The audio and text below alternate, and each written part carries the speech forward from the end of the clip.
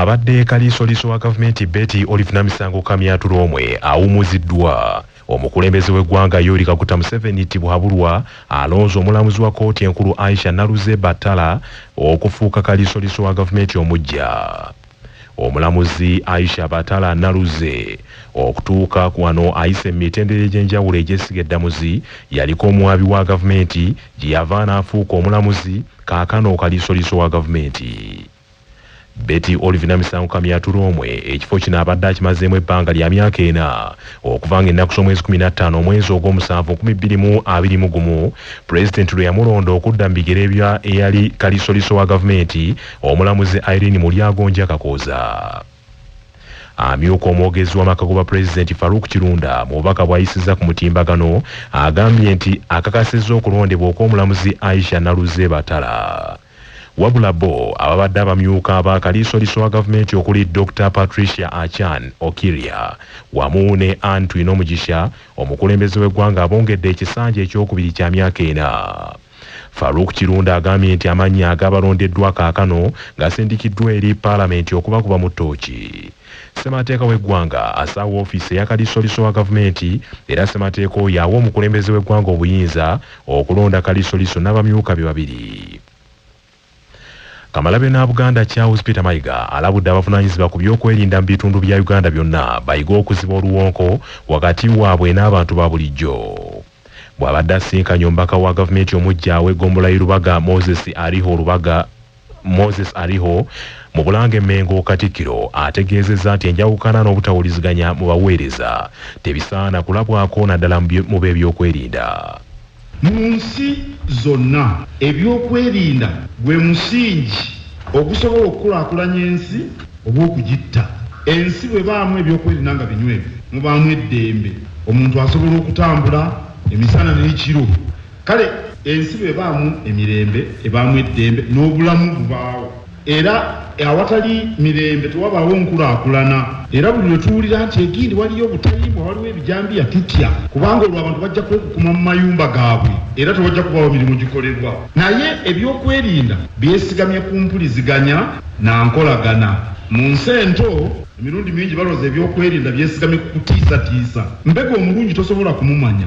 Bano abaakaalisakaalisa ddakiika 2 n'ateekaawo emmundu eyo temuli. Ow'omumbuga asabye amyuka omubaka wa gavumenti mu ggombolola y'Olubaga Ariho okumanya nti ekifo ekimuweereddwa kijjuddemu ebyobugagga bya Buganda ne Uganda yonna eby'omuwendo ebisaana okukuumibwa obutiribiri. Ssaabasajja Kabaka abeera mu Lubaga emirundi mingi alinamu olubiri nga bwe mumanyi olw'emmengo abeeramu nnyo n'abantu abalala. Ssaabasumba ali Lubaga muntu mukulu nnyo. Ssaabalabirizi omulabirizi w'ennamirembe n'abantu abalala bali mu Lubaga ne Katikkiro abeera mu Lubaga ne Butikkiro eri mu Lubaga. Naye mulimu n'ebifo ebikulu bingi olubiri lw'emmengo nkonyeeko Bulange eno Butikkiro ge maka ga Katikkiro ge maka ga Mutongole biri mu Lubaga.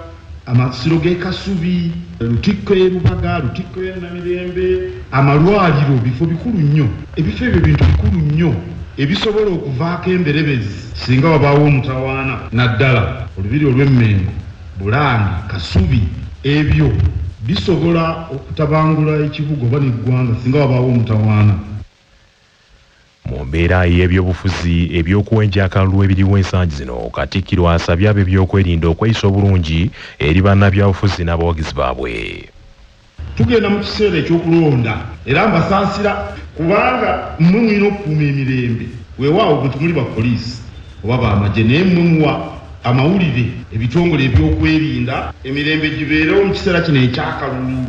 Tusaba buli ludda mu lukwate bulungi buli ludda mu luwa ekitiibwa. Olusiŋŋana n'entunuulira ab'ebyokwerinda nga boogera ne bannabyabufuzi naye ng'oli ow'ekwerinda ali mu yunifoomu oluusi n'obukulu mukulu naye engeri gy'ayogeramu amaanyi naameemanye gaamala ebitero embuga ne bwe bakukyokooza oli bwakola bw'ati ate gw'ebyokwerinda naye tokola bw'oti. Nedda kubanga oli mutendeke olina okumanya nti gwe mu kifo kyo olina okubaako engeri gye weeyisaamu.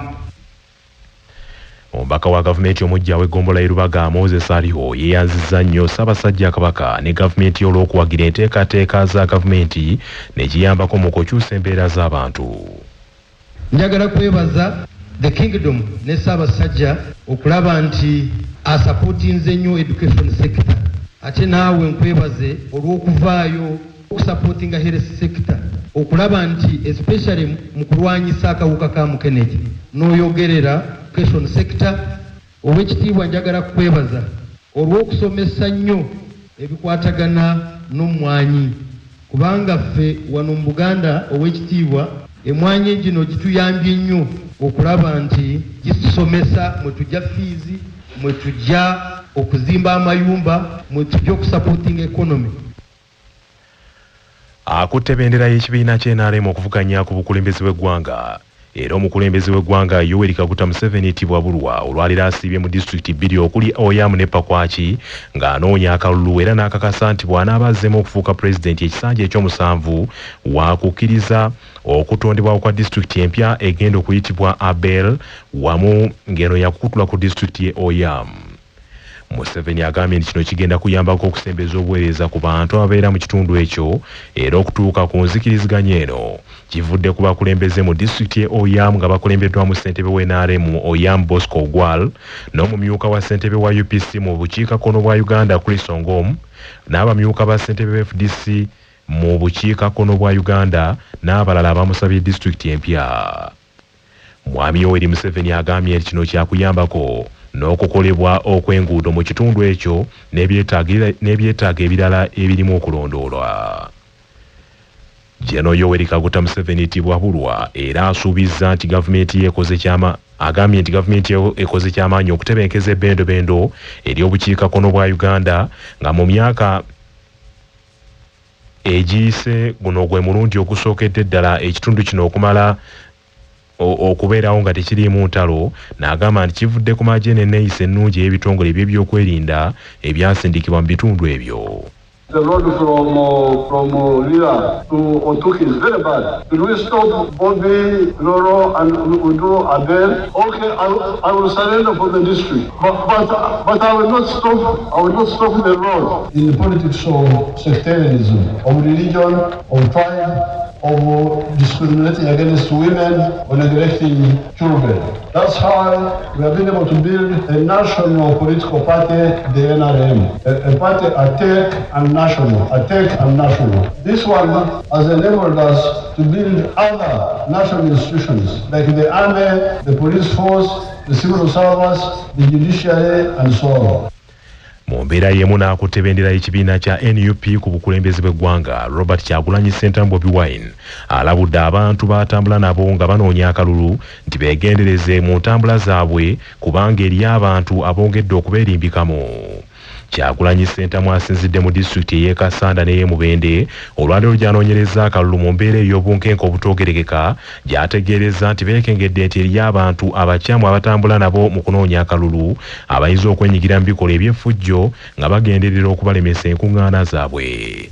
Tubere discipline yaffe tutuusiza wano bagenda kufuba nnyo okubasomooza bagenda kufuba nnyo okutuucokozaako akantu tusobole okuvako waya mubalabye nti babadde baziba n'amakubo ng'ogenda wali obulayo dakiika 5 okutuuka naye n'osanga nga poliisi esibye wano ekkubo n'osanga nga bakugamba ogende ate weetooloole omale essaawa endala 2 oba 3 otuuke awo awali lwale bagenda kukola buli kyakusoomoza kyonna.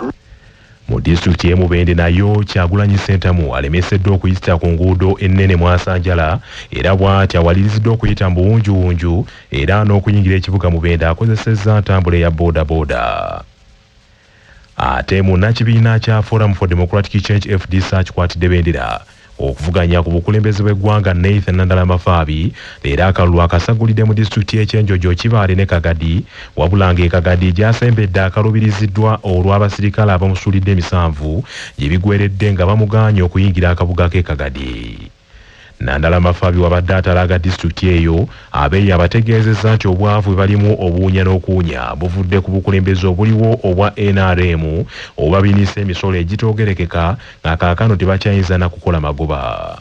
buli ka business ko tukola enaku zino misolo giriko mingi mulowooza mitono kubanga temubiraba eyesonga kyobolaba oyagala omuntu amanye by'emisolo nti emisolo bagikola batya ate gikolera Abannayuganda. Tuleeta amagezi nti twagala tukuze ebyofuna byaffe mu Uganda, amajaani, emwanyi, pamba n'ebirala, naye tunaabikola tutya ne sente. Ssaawa zino bwe twogerera sente zandigenze mu birimu ezisinga bazibba bubi. Ate bannakibiina kya Forum for ekya Justice Forum Jema batabukidde omukulembeze w'ekibiina kye NUP Robert Kyagulanyi nga bamulumiriza nti yasekeeteredde banne bavuganya gavumenti mu kunoonya akalulu kwalimu. Gye buvuddeko Robert Kyagulanyi Ssentamu bwe yali akuyiga abalonzi mu bitundu by'e Busoga mu disitulikiti y'e Bugiri yasaba abalonzi okusuula Asumani Basalirwa ow'ekibiina kya Jema balonde omulala. Wabula omwogezi w'ekibiina kya Jema Dr. Swaibu Kagwansereko agambye nti Kyagulanyi yandibadde agatta bugasi ab'oludda oluvuganya gavumenti mu kifo ky'okubaawukanyaamu.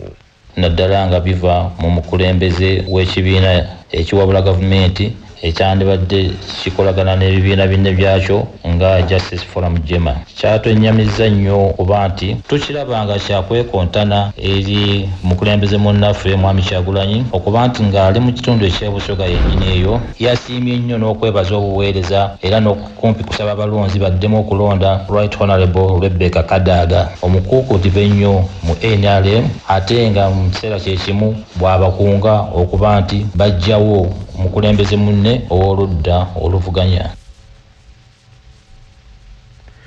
Kyagulanyi Robert Ssentamu owa NUP kinajjukirwa nti bwe yali anoonya akalulu nti yalangirira bagenda kuvuganya abantu bonna bagenda kuvuganya ku bifo byonna mu ggwanga lino awatali kuttira muntu yenna ku liiso. Akakiiko k'ebyokulonda ak'eggwanga kalagidde poliisi egoberera ebiragiro ebyayisibwa akakiiko ako eri abeesimbyewo okuvuganya ku bukulembeze bw'eggwanga. Akakiiko okukangula ku ddoboozi kivudde ku nsisinkano gye kabaddemu ne ba agenti babeesimbyewo ku bwapulezidenti bonna 8 okwemulugunya ku bigambibwa nti bataataaganyizibwa nnyo poliisi mu nteekateeka zaabwe. Ensisinkano ekubiriziddwa ssentebe w'akakiiko k'ebyokulonda omulamuzi Simon Mugenyi Byabakama ebadde ku kitebe eky'akakiiko kano ekisangibwa mu Industrial Area mu Kampala. Ensonda zitusinyizaako nti ensisinkano eno ebaddemu ebigambo ebikambwe eddala era ng'ensonga ya poliisi okutaataaganya abamu ku beesimbyewo ku bwapulezidenti ebadde ku mwanjo nnyo. Abakulu baludde nnyo ku nsonga eno nga bagezaako okugisalira amagezi ng'ab'oludda oluvuganya gavumenti be basinga okwekokkola ab'ebyokwerinda. Omwogezi w'akakiiko ak'ebyokulonda mu ggwanga Julius Muchunguzi ategeezezza nti bakaanyiza ne ba agenti babeesimbyewo bagoberera amateeka gabaweebwa wamu ne poliisi okukwasisa amateeka nga tetaddeemu kiruyi wadde okwekubira oludda. Poliisi tebakkiriza okuteeka nkungaana mu masomero oba mu madwaliro oba mu butale. Ensonga zonna ezo bazireese ne bazanjula mu lukiiko mu miitingi eyo era bonna ne bakaanya kimu nti bwaba okwemulugunya kwonna okukwata woowa olina okuyita kifo kye kyolina okugendamu kkubo kye lyolina okukozesa nti ekisooka kibeere okutuula ne bakamandas abapoliisi mu disitulikiti ezo bakaanye ne poliisi miitingi negamba poliisi nti bwe bekwasa amateeka egakwase mu buntu bulamu. Kitegerekise nti mu nsisinkano eno akakiiko k'ebyokulonda kalagidde bonna abavuganya ku bukulembeze bw'eggwanga abaagala okukyusakyusa mu ntambula zaabwe basooke bategeeza akakiiko olwo kabawa olukusa okwewala okukontana mu bitundu gye bagenda. Ensisinkano eno yeetabiddwamu poliisi n'ebitongole ebirala ebikwatibwako.